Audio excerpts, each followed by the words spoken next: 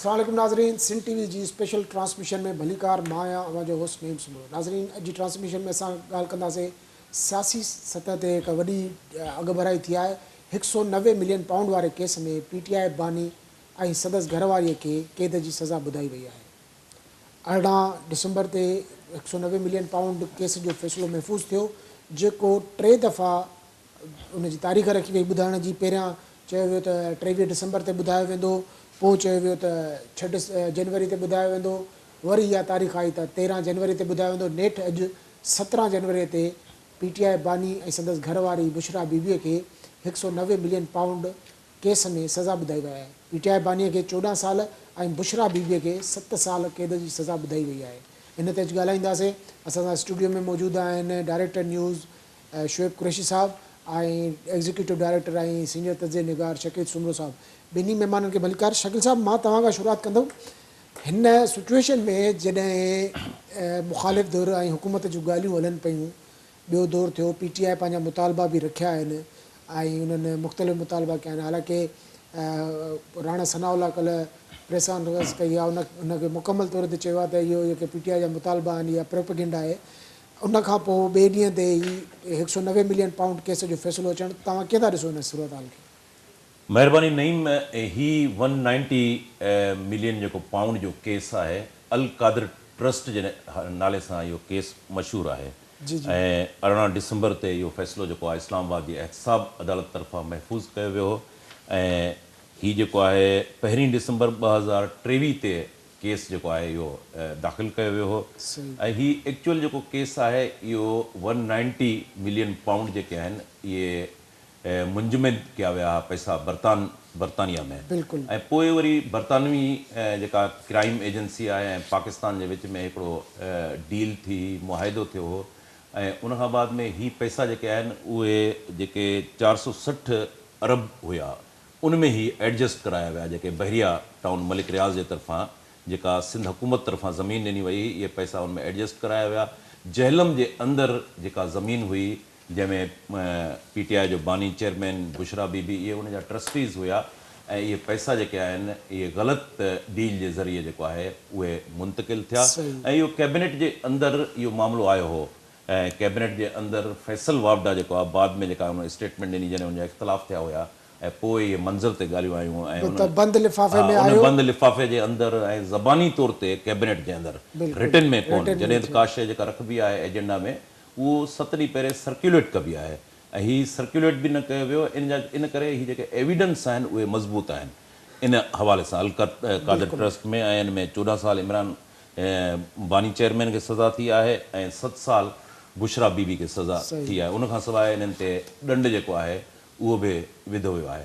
मां सम्झां थो त हीउ जेको केस आहे इहो केस एविडेंस जे हवाले सां, शाहिदनि जे हवाले सां, छाकाणि त इन में जेके परवेज़ खटक जेको आहे चीफ मिनिस्टर हुयो KPK जो, पोइ वरी फेडरल मिनिस्टर बि थियो, ज़ुबैदा जलाल, इहे उनमें शाहिद हुया। उनखां बाद में हिकिड़ा 5 जेके आहिनि इश्तिहारी मुलज़िम हुया, जंहिंमें मलिक रियाज़ बि शामिल आहे, शहज़ाद अकबर, जुल्फ़ी बुखारी जेको आहे फेडरल मिनिस्टर हुयो। उनखां बाद में मलिक रियाज़ जो पुट बि हिन में इश्तिहारी आहे।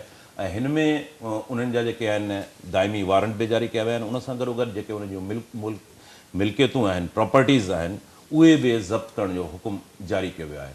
हाणे हीउ केस जेको आहे, जॾहिं बि इन क़िस्म जा केस थियनि था त उनखे पॉलिटिकल बार्गेनिंग तौर ते इस्तेमालु कयो वेंदो आहे। पाकिस्तान जी सॼी हिस्ट्री जे अंदरि मुख़्तलिफ़ जेके केस आहिनि इन क़िस्म जा, उन्हनि खे पॉलिटिकल तौर ते हिकिड़ो बार्गेनिंग टूल तौरु इस्तेमालु कयो वेंदो आहे। हाणे हिन खे ॾिसजे त ईंदड़ वक़्त में हिनखे कीअं बार्गेनिंग टूल तौरु इस्तेमालु कयो वञे थो, छाकाणि त इम्प्रेशन आम जेको PTI जे सर्किल्स मां इहो ॾिनो वियो त ट्रंप जॾहिं हलफ़ खणंदो त PTI जे बानी चेयरमैन खे रिलीफ मिलंदो। ज़ाहिर आहे त हिते जेका शहबाज़ जी हुकूमत आहे ऐं उन सां गॾोगॾु जेका एस्टेब्लिशमेंट आहे, उनजो जेको इम्प्रेशन आहे 9 मई ऐं 26 नवंबर जे हवाले सां उहो डिफरेंट हुयो।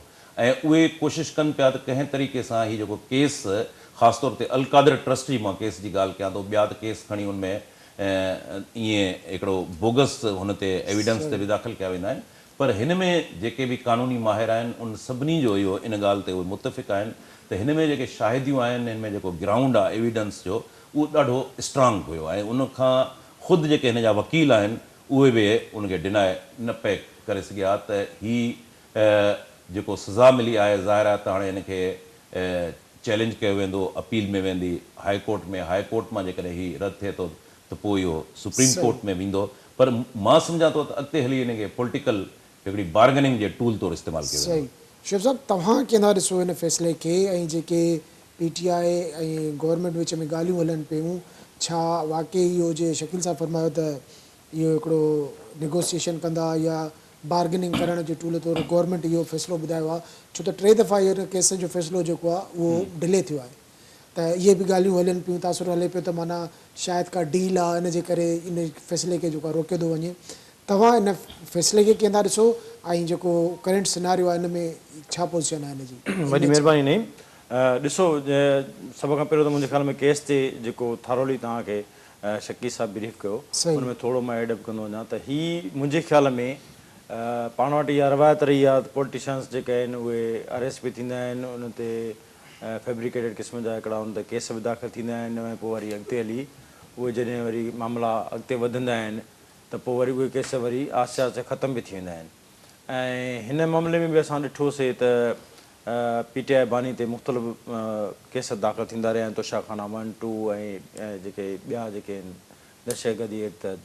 पर हीउ जेको वाहिद केस आहे जेको मूंखे लॻे थो त हिकिड़ो सॼी जेका पाण सीनरी ॾिसूं था या पंहिंजी पॉलिटिकल सिचुएशन आहे उन में हीउ वाहिद केस आहे जेको बिल्कुलु माना ज़ाहिर थो थिए त हीउ बाक़ाइदे में करप्शन जो आहे एलिमेंट शामिलु, छाकाणि त हिकिड़ा पैसा आहिनि बहरिया टाउन जो जेको मालिक आहे मलिक रियाज़ ते सुप्रीम कोर्ट ॾंड थी रखे 460 जेको आहे सो 460 अरब डॉलर जो 460 अरब रुपयनि जो, त उहे वरी उन साॻे वक़्त ते बर्तानिया में हिन जा जेके उन ते फ्रॉड साबित थो थिए, उन 200 मिलियन जेको आहे उते फ्रीज़ था थियनि, उन्हनि खे पैसनि खे घुराए वरी उन्हनि खे पैसनि खे एडजस्ट थो कयो वञे सुप्रीम कोर्ट जे में पेश करे, हालांकि थियणी खपंदो हो त हुनखे 460 त उहे बि ॾियणा आहिनि अरब, उहे बि ॾियणा आहिनि 200 मिलियन पाउंड हे बि जेको आहे उनजा वेंदा हलिया, त इहे माना हुनजा वेंदा, पर उन पैसनि खे एडजस्ट कयो वियो, वरी हिकिड़ी ट्रस्ट ठाही वई, ट्रस्ट करे वरी यूनिवर्सिटी में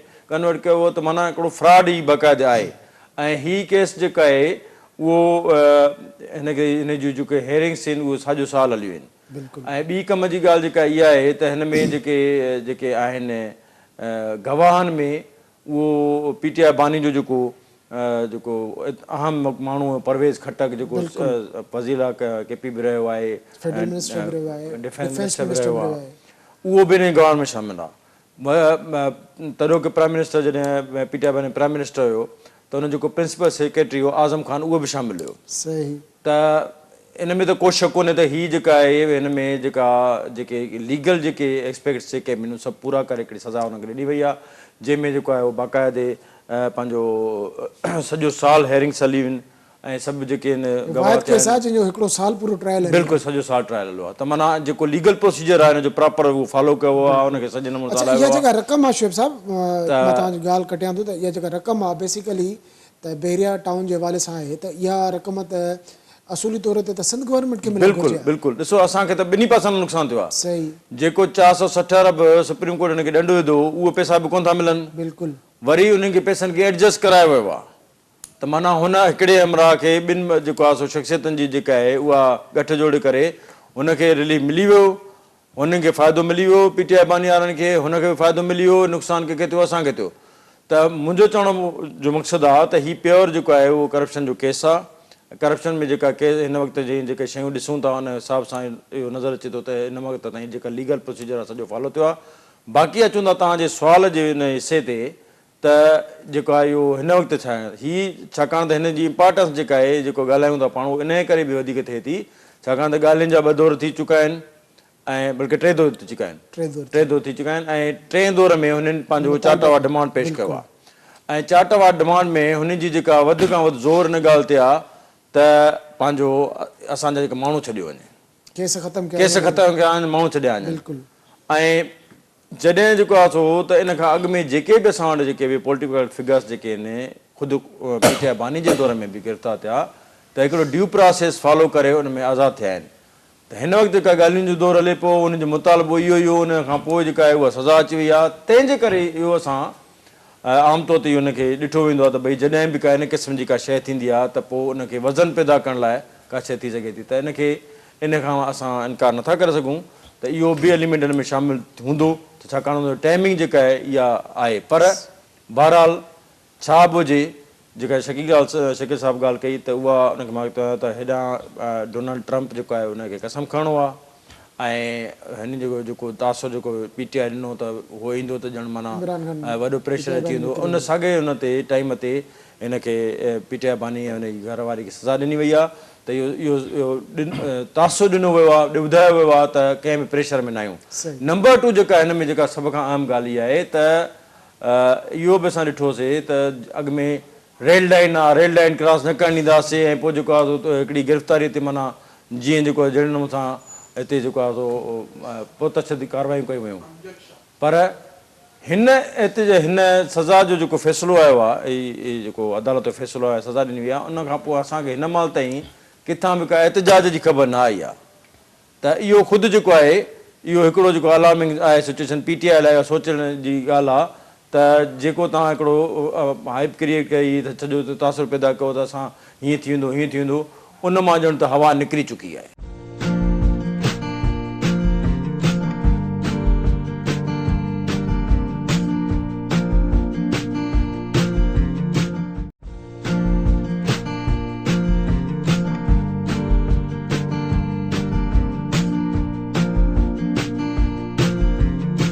सन TV न्यूज़ जी स्पेशल ट्रांसमिशन में ॿीहर भलीकार नाज़रीन सां ॻाल्हाए रहिया आहियूं 190 मिलियन पाउंड केस में PTI बानी ऐं हुनजी घरवारी खे सज़ा थी आहे इन ते असां ॻाल्हाईंदासीं मुख़्तलिफ़ एक्सपर्ट बि असांखे टेलीफोन लाइन ते जॉइन कंदा। शकील साहब हाणे जीअं तव्हां ॻाल्हि कई त 190 मिलियन पाउंड हिकिड़ो क्लियर कट केस हो त हिकु तोशाखाना केस ॾिठो उहो बि त हिकिड़ो क्लियर कट केस हो हुन में हेॾियूं महांगा तोहफ़ा वरिता विया उनखां पोइ वरी जेको आहे त उहे विकिरो कया विया उन जा माण्हू बि साम्हूं आया त केस त उहो बि माना तमामु क्लियर हो पोइ उन ते कंप्रोमाइज़ छो थियो ऐं हिन ते जेका सज़ा आई आहे छा इहा वाक़ई आहे जेका पॉलिटिकल बार्गेनिंग त न आहे? जी पहिरें असां डिस्कस कयोसीं त पाकिस्तान जे अंदरि जेका बि सज़ा जज़ा जो अमल आहे उहो पॉलिटिकल किथे न किथे लिंक आहे ऐं पॉलिटिकल टूल तौरु उनखे इस्तेमालु कयो वेंदो आहे। तोशाखाना केस जे हवाले सां जेकॾहिं असां पाण ॻाल्हायूं त उहो अञा ग्राउंड ते छाकाणि त उहो उतां रक़म ॾेई करे वठी सघिजे थो पियो पर हीअ जेको अलकादर ट्रस्ट आहे रियासत जी रक़म जॾहिं कंहिंजे निजी अकाउंट में वञे त उहो क्राइम डिक्लेयर थी वञे थो। एविडेंस जेके आहिनि हिन जो स्ट्रांग आहिनि ऐं उन खां बाद में जनरल पाण ॾिसूं था त उहो पॉलिटिकल लिंक किथे न किथे हुजे थो पियो। पाण ॻाल्हि कयूं था त 20 जनवरी ते ट्रंप जेको हलफ़ खणे थो पियो जीअं शोएब साहब चयो त डायरेक्ट उहे ईअं न कंदा आहिनि उन्हनि जी इंटरफेरेंस रही आहे उहा पूरी हिकिड़ी हिस्ट्री आहे। असां 1958 जो जेको कू हुयो इंटरनेशनल उनजो लिंक हुयो 1977 जो जेको कू हुयो उनजो इंटरनेशनल लिंक हुयो कोल्ड वार एरा जो सॼो पीरियड जेको आहे इंटरनेशनल लिंक सां तव्हांजो भरियो पियो आहे। अफ़गानिस्तान कॉन्फ्लिक्ट खे तव्हां रेफरेंस तौरु कोट करे सघो था। फाइनेंशियल एड जा प्रोग्राम आहिनि डिप्लोमेटिक जेके आहिनि उहे प्रेशर थियनि था पिया। शकील साहब हिते ॾिसो मुख़्तलिफ़ वक़्तनि ते जेके US सेनेटर आहिनि या मुख़्तलिफ़ जेके उन्हनि जा नुमाइंदा आहिनि अमरीकी उन्हनि PTI बानी जे हक़ में ॻाल्हियूं कयूं आहिनि। अॻु कॾहिं बि असां अहिड़ो को जेको आहे त मिसाल न ॾिठो आहे त अमेरिका सां लाॻापियल माण्हू या उन जेके ऑफिशियल्स हुजनि कंहिं बि पार्टीअ जे पर्टिकुलर जेको क़यादत लाइ इन लेवल ते उनजी फेवर कनि।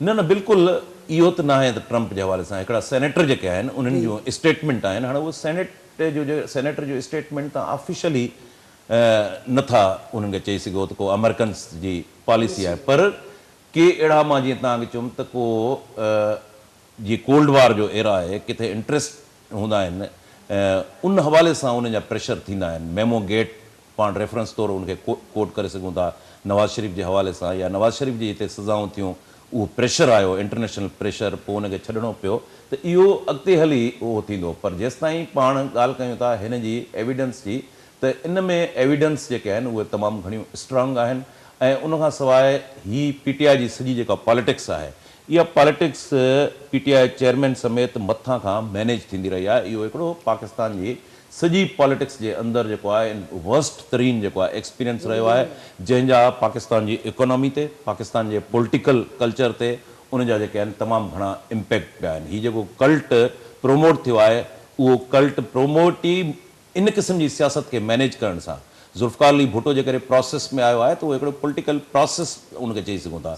मोहतरमा बेनज़ीर भुट्टो जेको आहे उहो पॉलिटिकल प्रोसेस मां निकिरी ॿाहिरि आई। इवन जेको नवाज़ शरीफ़ आहे आंदो त उनखे जनरल जेलानी, पर अॻिते हली हिकिड़े पॉलिटिकल प्रोसेस मां उहो निकिरी करे आयो। हिन जो कहिड़ो आहे, हीउ त सॼो टोटली मैनेज करे आयो। उन खां बाद में कैबिनेट में जेके माण्हू आहिनि उहे तव्हां ॾिसो त उहे कहिड़े क़िस्म जा माण्हू आहिनि, या हिन जी पॉलिटिक्स ॾिसो, हिन जी पॉलिटिक्स जे अंदरि तव्हां कंहिं बि पॉलिटिकल पार्टियुनि सां निगोसिएशन यानी हीउ सदाईं उनखे डिनाए कंदो रहियो आहे। पॉलिटिक्स जे अंदरि थींदो ई ईअं कोन्हे त कंहिं बि पॉलिटिकल पार्टियुनि सां निगोसिएशन न थींदा। PNA ऐं ज़ुल्फ़िकार अली भुट्टो जो जेको दौर हो उन में बि त डायलॉग थिया न, आख़िर वक़्त में जनरल ज़िया रजीम जेको आहे उनखे कू कयो। हीउ सदाईं शुरू खां वठी डिनाए कंदो रहियो आहे त कंहिं बि पॉलिटिकल पार्टी सां, पीपल्स पार्टी हुजे, नवाज़ लीग हुजे, ॿी का पॉलिटिकल पार्टी हुजे, उन सां मूंखे ॻाल्हाइणो न आहे। गैर जमहूरी जेके क़ुवतूं आहिनि उन्हनि सां ॻाल्हाइण में हू बिल्कुलु एग्री थींदो आहे। त मां सम्झां थो हिन जा केस जा पाकिस्तान जी पॉलिटिक्स ते असरु पवंदा जेकॾहिं हिन खे पॉलिटिकल टूल तौरु इस्तेमालु न कयो वञे। सही शेर साहब, हिन केस जा पॉलिटिकली पाकिस्तान जी सियासत ते असरु पवंदा, पर जे शकील साहब चयो त हे कल्ट फॉलोइंग, मां त हिनखे चवंदो आहियां फैन फॉलोइंग।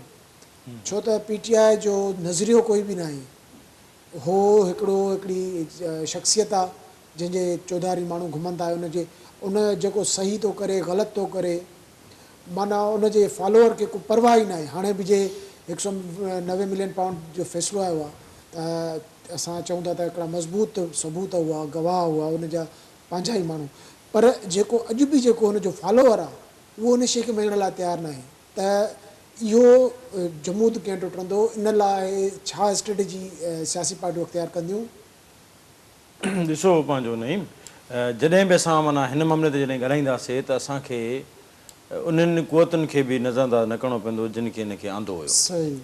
ऐं आणण जो मक़सदु छा त मुल्क में जेका सियासी जेका इस्तेहकाम अची रहियो हुयो, पार्टियूं जेका हुयो, डेमोक्रेसी मज़बूत थियण तरफ़ वधी रही हुई, उन सेम टाइम ते हिकिड़ो माना प्रोजेक्ट आंदो हुयो। बिल्कुलु प्रोजेक्ट, ठीकु आहे। हाणे प्रोजेक्ट आंदो हुयो त उनजो इहो जेको फॉलोइंग आहे उहा पैदा कराई वई, सॼी पैदा कराई वई। हुनखे हिकिड़ो अहिड़ो मसीहा करे पेश कयो वियो त जीअं उन खां जेको आहे सो वधीक कोई हुजे ई न। ईमानदार बि उहो, सुठो बि उहो, हर हवाले सां परफेक्शन हुन में ज़ाहिर कई। पर उनजी ॾिसो जेका ईमानदारी उनजी ज़ाहिर कई पई वञे, उहा ईमानदारी सिर्फ़ु हिन क़िस्म मां न। असां जेकॾहिं PTI बानी जी सियासत ते नज़र रखंदासीं त उहो ॻाल्हाए हिकिड़ो तो हुनजो जेको अमल आहे उहो हुनजी ॻाल्हियुनि या हुनजो जेको पेश कयो पियो वञे था सो हुनजे बिल्कुलु अगेंस्ट आहे, उबतड़ आहे। ॻाल्हि करे पोइ त सभु चोर आहिनि, चोरनि खे करप्शन कई आहे, मुल्क खे लुटियो अथऊं, हुनखे असां बंदि कयो आहे, पाण हुनखां वॾी करप्शन करे थो। ठीकु आहे, न सिर्फ़ु जेको आहे सो तोशाखाना वारो, पर उनखां पोइ वरी हिन क़िस्म जो बि, ऐं अलाए केतिरा ॿिया स्कैंडल आहिनि, ॿियूं शयूं जेके अञा दॿियूं पियूं आहिनि। बिल्कुलु।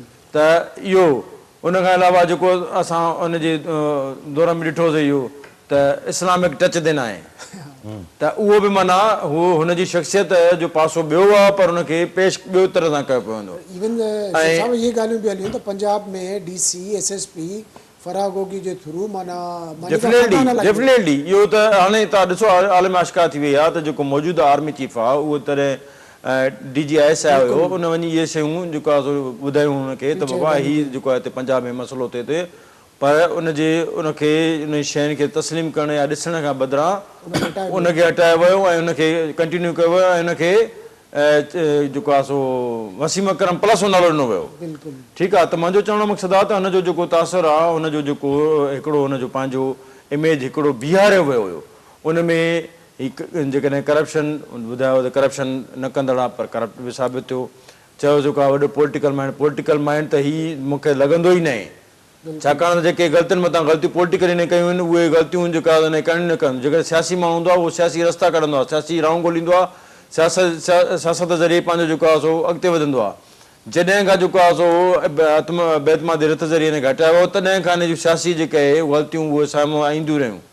असेंबली डिज़ॉल्व करणु, हुन खां पोइ हुकूमत हिकिड़ी छॾणी, ॿी छॾणु, उन खां पोइ एहतजाजी करी ॾियणु, वरी ही ताज़ो ॾिसो तव्हां त जॾहिं गिरफ़्तारियूं थियूं आहिनि मुसलसल जेको आहे एहतजाजी मथां एहतजाजी कार्ड जॾहिं सभिनी पासा बंदि थी विया, ॻाल्हियुनि जो मामिलो शुरू थियो आहे त ॻाल्हियुनि में हिन जो उहो मामिलो शामिल ई न थियो आहे जंहिं ते सॼो बेस बनायो त फॉर्म 47 ते आयल हुकूमत खे जेको आहे सो तस्लीम नथा कयूं असां ऐं असांखे मैंडेट वापसि ॾिनो। हिननि सॼी टास्क में उहा ॻाल्हि ई कोन्हे। त माना तव्हां माण्हुनि खे जेका तव्हां ॻाल्हि कई त माण्हुनि खे जेका फैंस आहिनि उन्हनि खे कंटिन्यू बेवकूफ़ बणाइण लाइ हिकिड़ो जेको आहे मौक़ो ॾिनो थो वञे, पर अंदर में जेको आहे ॿियूं ॻाल्हियूं आहिनि। शोएब साहब बिल्कुलु ॻाल्हि ॿोल खे जारी रखंदासीं।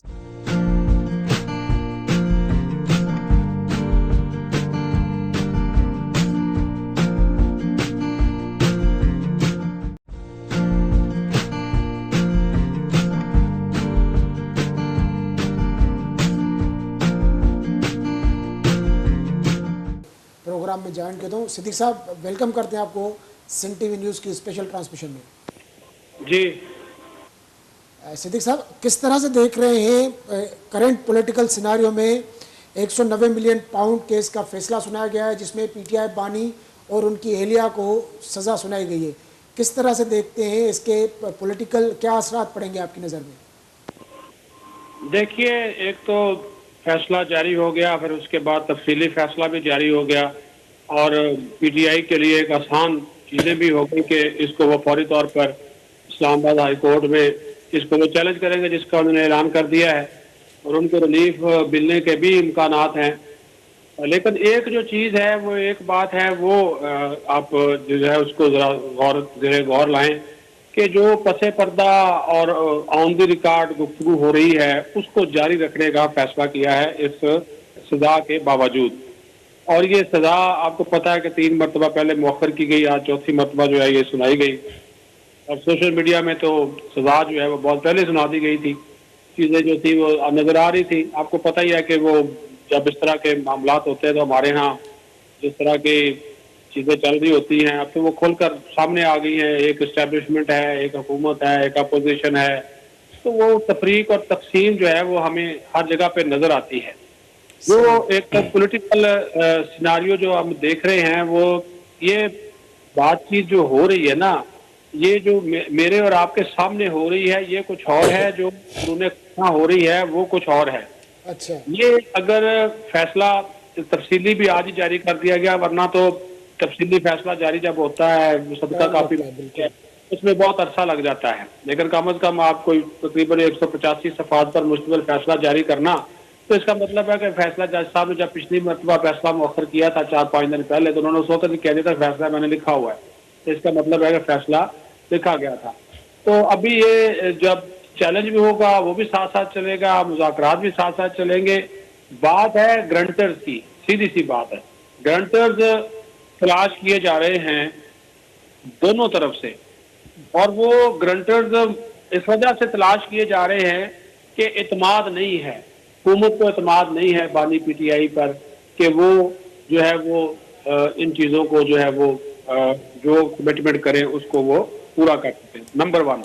नंबर 2, जो भी बैकडोर चैनल्स के लिए बातचीत होगी उसमें एक चीज़ जो है वो बड़ी वाज़ेह होगी कि जो बातचीत है ना तो उसका फोकस ये होगा कि मौजूदा हुकूमत को फौरी तौर पर घर भिजवा दिया जाए, ना फोकस ये होगा कि फॉर्म 47 और 45 वाला कोई नई बहस शुरू की जाए। आपने नोट किया होगा तरीके से जो आपने 2 मुतालबात दिए हैं उसमें ये दोनों चीज़ें शामिल है ही नहीं। उन्होंने हुकूमती मैंडेट भी मान लिया, उन्होंने 8 फरवरी के आम इंतखाबात को भी मान लिया। तो अभी जो उनके साथ जो ग्रंटर की मैं बात कर रहा हूँ वो इस वजह से कर रहा हूँ कि ग्रंटर ही गारंटी देगा कि अगर खान साहब को कोई रिलीफ मिलता है, वो जमानत पे बाहर आते हैं या उनके केसेस खत्म होते हैं, तो एक मखसूस अरसा तक खामोश रहेंगे और उस खामोशी के दौरान कोई एहतजाज, कोई हंगामा नहीं होगा, हुकूमत की तब्दीली के ऊपर वो जोर नहीं देंगे। और ये अरसा मेरी इंफॉर्मेशन के मुताबिक कोई 3 साल का उनको कहा जा रहा है कि 1 साल तो गुजर गया इस हुकूमत को, कि 3 साल जो है आप खामोशी इख्तियार करें। यानी आप कह रहे हैं कि ये जो फैसला आया है ये पॉलिटिकल बार्गेनिंग के हिसाब से आया है, उसी वजह से जारी किया गया है और तफसीली फैसला भी जारी हो गया है। देखिए, मैं इसको पॉलिटिकल बार्गेनिंग बिल्कुल नहीं कहूंगा। एक ये अदालती फैसला है, उसके अब चूंकि फैसला आ चुका है, आप उसके ऊपर अपनी राय दे सकते हैं। पॉलिटिकल बार्गेनिंग ये नहीं है, एक अदालती फैसला है, अब इससे चलना है, मजीद जाना है। पहले भी आपको पता है कि तोशा खाना में सजा हुई थी, हाई कोर्ट ने उसको मुअत्तल कर दिया था। अभी भी इनको ये उम्मीद है कि ये जो है वो मुअत्तल हो जाएगी। तो वो जो ये अच्छा, खुद भी जो बानी चेयरमैन है उसने ये कहा है कि हम बातचीत के दरवाजे, मुज़ाकरात के दरवाजे बंद नहीं करेंगे, और खुद हुकूमत भी कह रही है कि हम ये करते रहेंगे। लेकिन हुकूमत को जब खतरा महसूस हुआ कि इस्टेब्लिशमेंट और पीटीआई नजदीक आ रहे हैं, तो उन्होंने कल फौरी तौर पर पलटा खाया। वो देखें कि वो जो चार्टर ऑफ डिमांड दिया था, दो उसमें टोटल मुतालबात है, 19 शरायत हैं, 19 शरायत है, मुतालबात सिर्फ 2 हैं। उसको तो हुकूमत ने फौरी तौर पर रद्द कर दिया एक तरह का। हालांकि 7 दिन के अंदर अंदर उन्होंने जवाब देना है, तहरीरी जवाब। लेकिन इमीडिएटली जब इरफान सिद्दीकी ने प्रेस कॉन्फ्रेंस की है और उसके बाद प्रेस कॉन्फ्रेंस की है राना सनाउल्लाह उनके साथ, तो उसमें तो उन्होंने फिर कह दिया, सीधी सीधी सी बात है कि जो उन्होंने फहरिस्त दी है, जो उन्होंने मुतालबात रखे हैं, उन्होंने कहा जी ये तो एक चार्जशीट तरह हुकूमत के खिलाफ है, तो लिहाजा इसके ऊपर कमीशन नहीं बन सकता। जब कमीशन नहीं सिद्दीक बनेगा, साहब, ये जो पीटीआई और गवर्नमेंट के बीच में मुज़ाकरात चल रहे हैं, आपको कितनी उम्मीद है कि ये कामयाब होंगे? जिस तरह आपने बोला कि ये जो फैसला आया इसके बाद पीटीआई बानी को खामोश रहना होगा, ये वो करने होगी, तो मुज़ाकरात की कामयाबी के कितने चांसेस हैं आपकी नज़र में? जो मेरे और आपके सामने मुज़ाकरात हो रहे हैं, इसकी इन मुज़ाकरात की कामयाबी का 0% चांस है। और जो अंदरूने खाना हो रहे हैं उनका आप कह रहे हैं कि 70 से 80% चांस है, बशर्ते के गारंटर मान जाए गारंटी देने को। और गारंटर वो मुल्क का नहीं होगा, बाहर का होगा।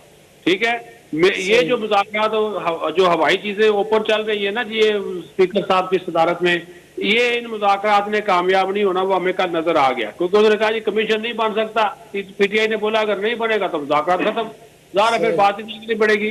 वो जो बातचीत हो रही है, जिसके जरिए हो रही है, वो 2 बंदे हैं, अली मीन गंडापुर और ये बैरिस्टर गौहर, इसके जरिए हो रही है। नंबर 3 इसमें शामिल थी बुशरा बीबी। अब बुशरा बीबी दोबारा गिरफ्तार हो गई है, आने वाले दिनों में आपको नजर आ जाएगा, वो जमानत पे रिहा हो जाएगी। ये भी मैं आपको बता दूं, वो उनकी जमानत जो है वो हो जाएगी। हाँ, क्योंकि उनके वो बुशरा बीबी को इस्टेब्लिशमेंट के साथ गुफ्तगू के लिए फैसला कौन अथॉरिटी इस वजह से हासिल है कि जो बात वो मनवा सकती है वो बैरिस्टर गौहर और अली मीन गंडापुर नहीं कर सकते। अली मीन गंडापुर और बैरिस्टर गौहर है पैगाम्बर, जिसको हम मैसेंजर बोलते हैं। ये मैसेजेस पास ऑन करते हैं इधर से उधर, उधर से उधर। आपने देखा कि जैसे ही कल बैरिस्टर गौहर ने बताया कि आर्मी चीफ से मेरी मुलाकात हुई है, तो वो बानी चेयरमैन तो जनाब खुशी से पागल हो गया। उसने कहा वेल डन, बहुत आला, जबरदस्त, आपने तो इस बातचीत को जारी रखे। मैं उसने ये कहा, उसने कहा मैं तो चाहता था और ये दरवाजे मेरी तरफ से बंद नहीं थे, इनकी तरफ से बंद थे, तो आप बातचीत इनके साथ जारी रखें। तो ये जब सिलसिला हुआ और उससे हुकूमत के कान खड़े हो गए, उन्होंने कहा कि भाई ये तो हमारे तो पीछे पड़ जाएंगे। फिर हुकूमत को मैसेज दिया गया इस्टेब्लिशमेंट की तरफ से कि भाई जी आपने घबराना नहीं है, शहबाज शरीफ साहब बड़े अच्छे मैनेजर हैं, गवर्नमेंट ठीक चल रही है, चीफ साहब के साथ मामला फिट है, आपने बिल्कुल नहीं घबराना, आपकी हुकूमत भी रहेगी और बातचीत भी जारी रहेगी, आपकी हुकूमत को कोई नहीं छेड़ेगा। उसके बाद उनकी जान में जान आई। बाकी वो सियासी बातें हैं, वो आपने देख लिया, बैरिस्टर गौहर क्या कहता था, असली ज़ाहिर क्या उसकी बात की है, वो आपके सामने आ गई। सही, बहुत शुक्रिया सिद्दीक साहब। शकील साहब, सिद्दीक साहब जी तव्हां ॻाल्हियूं ॿुधियूं, हुनजो इहो ई चवणु हो त हे जेके फ़ैसिला अचनि था या जेका अदालती फ़ैसिले खे त हुन पॉलिटिकल बार्गेनिंग न चयो, पर घुमाए फिराए ॻाल्हि उहा ई आहे त हिकिड़ी कमेटियूं ॿ आहिनि, उहे ॻाल्हियूं थियूं कनि, असुलु मुज़ाकरात के ॿिए हंधि था थियनि पिया। उन में इहे सभु शयूं प्रेशर लाइ आहिनि त जीअं जेकॾहिं पीटीआई बानी खे आज़ादु कयो वञे त उहो घणे अरसे ताईं चुप रहंदो। त तव्हांखे लॻे थो त पीटीआई बानी जी जहिड़ी नेचर आहे या हिकिड़े डिघे अरसे खां पोइ पीटीआई बानी निकिरंदो या उहो थींदो त उहो ख़ामोश रहंदो? सदीक साहब जेका ॻाल्हि कई त हुन बैकडोर जेके डायलॉग जी ॻाल्हि कई, ऐं मां सम्झां थो इम्पोर्टेंस बि हुन बैकडोर डायलॉग जी आहे। सही, ऐं मामला बि सेटल उते थींदा, इहे सेटल नथा थियनि तॾहिं बि सॼो मामला बैकडोर आहिनि। उन में ही बैरिस्टर गौहर, अली अमीन गंडापुर, उहो बि सही चए थो पियो त उन्हनि जी बि का एॾी इम्पोर्टेंस कोन्हे जेतिरी बुशरा बीबी जी आहे। सही उनखे हिकिड़े बार्गेनिंग टूल तौरु इस्तेमालु कंदा। हाणे PTI बानी चेयरमैन जा मामला किथे आहिनि? 47 जी बि ॻाल्हि निकिती, 45 फॉर्म जी बि ॻाल्हि निकिती, इलेक्शन जा मामला बि निकिता। ज़ाहिर आहे त हेॾां शहबाज़ शरीफ़ जी गवर्नमेंट उहो बि त सेटलमेंट थी हूंदी न किथे एस्टेब्लिशमेंट सां। पीपल्स पार्टी जेकॾहिं उनखे लिंक कयो आहे त उहो बि सेटलमेंट थी हूंदी। त हाणे अञा सॼो आइनी तौर ते ई सॼो टेन्यूअर जेको आहे हिननि खे पूरो करिणो आहे। इन विच में को मथां खां जेकॾहिं को प्रेशर अचे थो, मां सम्झां थो उन प्रेशर खां अॻु में ई कोशिशि कनि पिया त PTI बानी चेयरमैन सां डायलॉग कजे।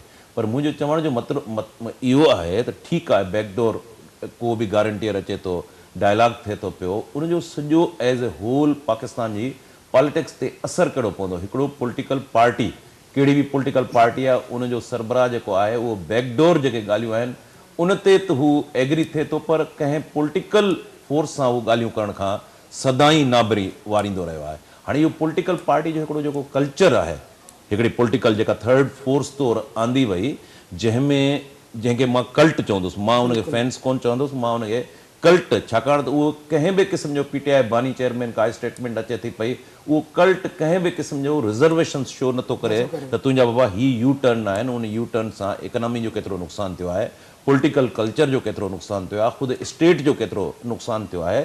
त मां सम्झां थो बैकडोर जेके माण्हू ॻाल्हियूं कनि था पिया, केर बि ॻाल्हियूं करे थो पियो, उन्हनि खे पाकिस्तान जे जनरल सॼे पॉलिटिकल हीउ जेको सिस्टम आहे उनखे साम्हूं रखणु खपे। इन क़िस्म जूं जेके शयूं आहिनि, मां सम्झां थो उन सां वधीक नुक़सानु थींदो। हिकिड़ो केस आहे, एविडेंस स्ट्रांग आहे, उन केस खे तव्हांखे उन अंजाम ताईं पहुचाइणु खपे, छाकाणि अल कादर ट्रेस्ट जेको आहे उनजो मां वरी बि चवंदुसि त एविडेंस तमामु घणियूं स्ट्रांग आहिनि। हाणे जेकॾहिं उनखे तव्हां पॉलिटिकल बार्गेनिंग जेको थींदो अॻिते हली, बैकडोर जेके ॻाल्हियूं आहिनि उन मां बि इहो आहे न त पॉलिटिकल बार्गेनिंग तौरु उनखे इस्तेमालु कयो पियो वञे, हू ॻाल्हियुनि में नथो अचे, किथे न किथे उनखे ॻाल्हियुनि जी पिच ते आणणो आहे। मां सम्झां थो त पॉलिटिकल हिन सॼे सिस्टम जे लाइ बहितरु इहो थींदो त PTI जी लीडरशिप, नून लीग जी लीडरशिप, पीपल्स पार्टी जी लीडरशिप, अपोजिशन जूं पार्टियुनि में मौलाना फज़लुर रहमान ऐं ॿियूं पॉलिटिकल, सभिनी खे हिकिड़ो पॉलिटिकल डायलॉग करणु खपे। त उते पॉलिटिकल डायलॉग जे अंदरि जेकॾहिं किथे न किथे फ्लॉज़ आहिनि त उहे उनखे एड्रेस करणु खपे। पॉलिटिकल डायलॉग जे थ्रू हिन सॼे मामलनि जो, पॉलिटिकल मामलनि जो हल कढणु खपे। जेकॾहिं बैकडोर सेटलमेंट थिए थी पई त बैकडोर सेटलमेंट में ग़ैर जमहूरी जेके क़ुवतूं आहिनि, ग़ैर जमहूरी जेके फोर्सिस आहिनि, उन्हनि खे फ़ाइदो थींदो, जेको पॉलिटिकल सिस्टम आहे उनखे अञा वधीक नुक़सानु थींदो। शुएब साहब, जे शकील साहब चयो या सदीक़ साहब चयो त बैकडोर जेके ॻाल्हियूं हलनि थियूं पियूं, PTI बानीअ जो शुरूअ खां ई वठी इहो होड आहे या ज़िद आहे त मां पॉलिटिकल पार्टियुनि सां गॾु न वेहंदुमि, ऐं हे हिकिड़ो बसि जेके ॿ कमेटियूं वेठियूं आहिनि, इहा हिकिड़ी खानापूरी आहे।